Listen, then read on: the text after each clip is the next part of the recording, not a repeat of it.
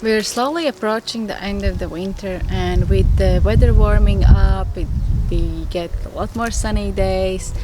I think we're a lot more eager to get outside and enjoy the sun that we've been missing for all this winter. And if you are a gardener like me, you may be starting to plan our summer gardens. May start to be ordering seeds and getting all excited about all the summer veggies that you can grow. But for us here in Portugal, in southern Europe, the situation is a bit more different than the northern part of the world. Our gardening season never really ends. We are gardening all year round. We have a mild winter, and for us, there is no winter break. For us, winter season planting is quite a busy time as well, and with that, I wanted to do a video of our winter garden and take a step back instead of thinking already further of what are we going to plant in spring, and we will get to that, I promise, in another video. But I wanted to take a step back and appreciate the winter garden that we have, because our garden beds are full of veggies. There is almost no space to grow anything else right now. And I just wanted to give you a little tour to show what is growing in the end of January and February here in Portugal. Shall we take a tour of our garden?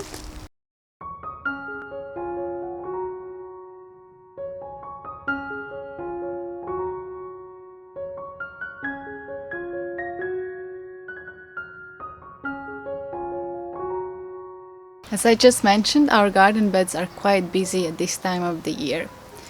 In summer, in this southern climate that we have here, we have a lot of drought, and there is basically almost no rain during the summer, so we have to water it a lot. Which, even with all the watering that we are doing, it's still hard for some of the vegetables to cope with that heat. And for that reason, we made a very conscious decision this year to try to make the most out of this winter weather, the free water from the rain that we get, and try to grow everything that's possible that we of course want to grow during the winter, because there are a lot of things that can be grown both summer and winter. So over here we have 3 rows of onions, 1 row of garlic, which as well is something we are planted a lot earlier this winter season. As soon as it was getting somewhat cold outside, I think we planted some in and then planted another ones in, and they did sprout a lot earlier than last year. Last year we planted them a bit too late, and then they took a long time to sprout and ended up being only ready when it was already summer, and with all the heat, again, they were not doing very well with all the heat. What else do we have here? We have 4 rows of carrots. They look a bit messy right now because I planted some earlier this winter and they didn't sprout. Some of them sprouted, as you can see. Some of them are already quite big, but some of them just didn't. So it ended up having a lot of gaps. When I realized that, I planted some more in between and I added a few more rows, and they sprouted very well this time. And just cleaned them up because they were so close together, because I was afraid that they will not sprout. So I was just, to be sure, planted more. In these beds last year at this time of the year we had all our cabbages, our broccolis, our cauliflowers, and also some carrots as well. But then we realized last year that this is quite a sunny corner, and those leafy greens are not really happy with a lot of sun, and they get all loopy during the day, and we ended up having to water it quite a lot during the winter as well. So this year we decided that we are not going to plant leafy greens here, and we are going to plant them in another bed which is more shady. But I did plant some now more recently some kale here, and I added some more broccolis here as well. This here, more closer to the lemon tree that we have here, is a lot. It gets more shade and it's not that bad. And yeah, they've been doing well so far. And then over here we have a few rows of peas. There are 2 rows of peas that you are, I think it's called snow peas, the peas that you are eating with the whole pod. And another one is just a green sweet peas that you only eat the actual pea. And this year we are noticing that the peas are not growing quite as well as last year. We will see how they go, but remembering from last year, at this time we already had peas big enough that they were already, you could see pods, and now they're barely even flowering. None of them are. These are not flowering at all, but we have some that are flowering over there. But yeah, we don't know if it's because we planted them too late or is it because it's a colder winter, which it has been. Or maybe the seeds were just not very good anymore, because those are the same seeds that we used last year, even though they were still within the date. But yeah, we will see how they go. I hope they grow, because we really liked our peas last year. So what we have here, we have broad beans and we have peas. Broad beans and peas is something we plant in December. And right now they are, if you can see here, they are already starting to flower. So we are hoping to have some good harvest here.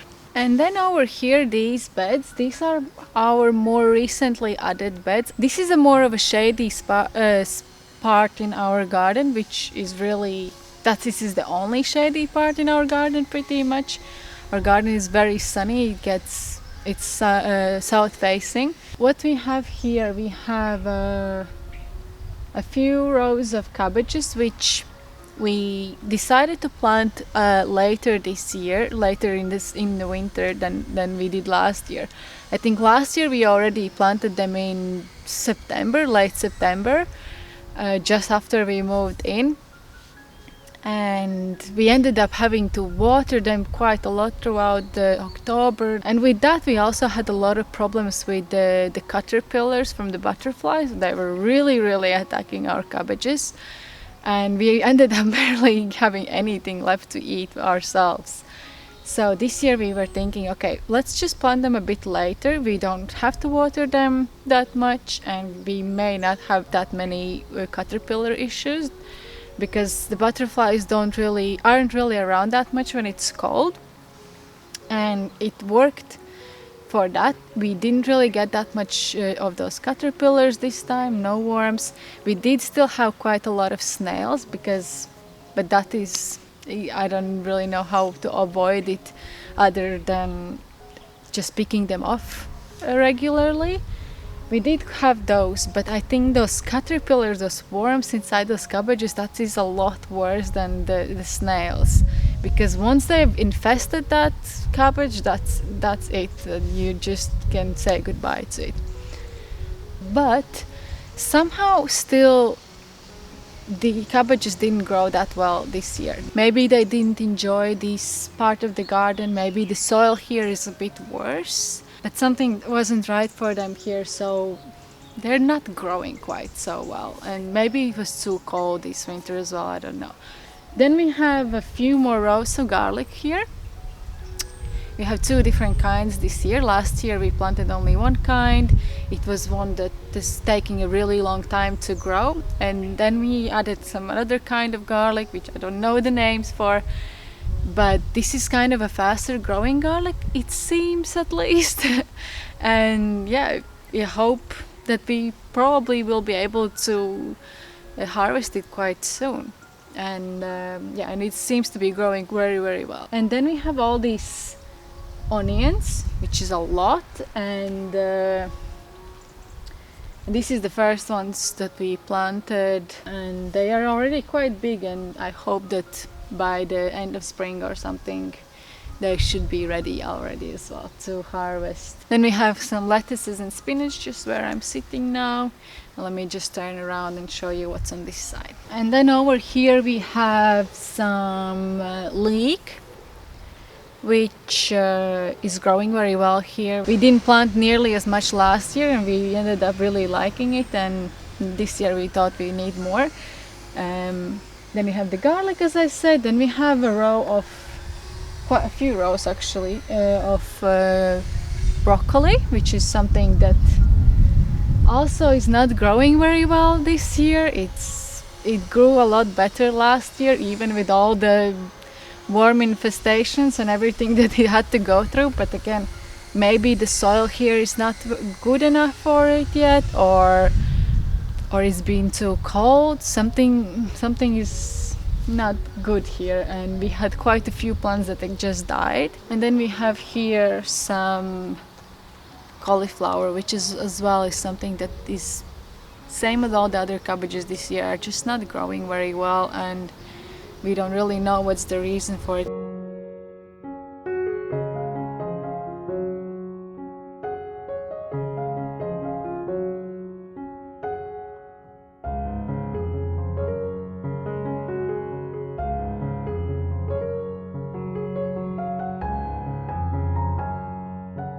As for the food forest, we decided we are kind of letting it go a little bit more wild than we were wanting it at the beginning. And I think that is really the purpose of food forest in the end. We realized that it's very hard to keep on top of the weeds here, and we have some parts where are just some very invasive weeds, some kind of wild garlic, lots of grass growing, and it's very hard to keep on top of it. And we can also not really keep adding the mulch because it's expensive here. You can't just get a truckload full of mulch like you can see in lots of other videos that people do in other countries, but here it's not an option. People don't sell it like that. There are no wood chips, nothing like that around that you can buy so easily. And we just decided that the best option for us here is to just let it go wild. We are implementing as much as we can ground cover plants, some more flowers. We have lots of borage growing everywhere. We had planted some borage last year in a few spaces, and after it's just seeded itself everywhere, all over our garden. Even in the front garden it has seeded itself somehow. We have some broccolis here and there. We have some lettuce. And then we are mostly focusing on things that are perennial, that are just planting in there, and that's it. And we are very happy with that because we have plenty of space to plant in garden beds for annuals and things like that. And as for the trees, right now the only things from trees or fruits that we are harvesting right now are oranges, tangerines and lemons. But this year what we realized is that these two orange trees are grown a lot bigger oranges than last year. Last year they were quite small. We barely even ate any of them, and they were not really that good. There were lots of them, but they were not very good. They were so small. We were really trying to keep on top of our watering our orange trees and tangerine trees this summer because we wanted to have a good orange and tangerine harvest because we really love them. And it has resulted and it has worked, and these oranges are so much bigger this year, so much juicier, and yeah, we are very happy with that. And as for tangerines, those are almost finished. They are over here, just this here, trees here, and then we have another one that is more closer to the house there. But the other one that had produced so much tangerines last year, this year they produced so little, and I think it's because we pruned it quite heavily this year, and I think it didn't like it. Yeah, we are very lucky because we have another tangerine tree, as I was just showing you before, and last year it didn't produce almost any tangerines at all. There was just like only on one branch, and I was like, oh my god, if we don't have these ones, then we don't have the other ones as well. We will not have any tangerines this year. But somehow it ended up being that tree that didn't give anything last year was full of tangerines.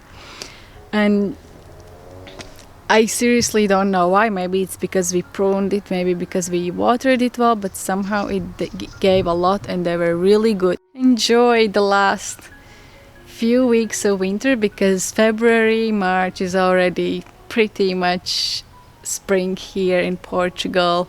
even though we get lots of rain March, April, still until May, it's a lot warmer. You don't have to worry about frost anymore, and you can start planning your spring planting and everything else. Until then, I'm going to enjoy all our leafy greens, all our lettuces, and all the free rain that we get, free watering that we get from rain. Thank you for watching this video. I hope you enjoyed this garden tour. I think I've not shown our garden in so much detail and depth for a long time to show what's going on over here.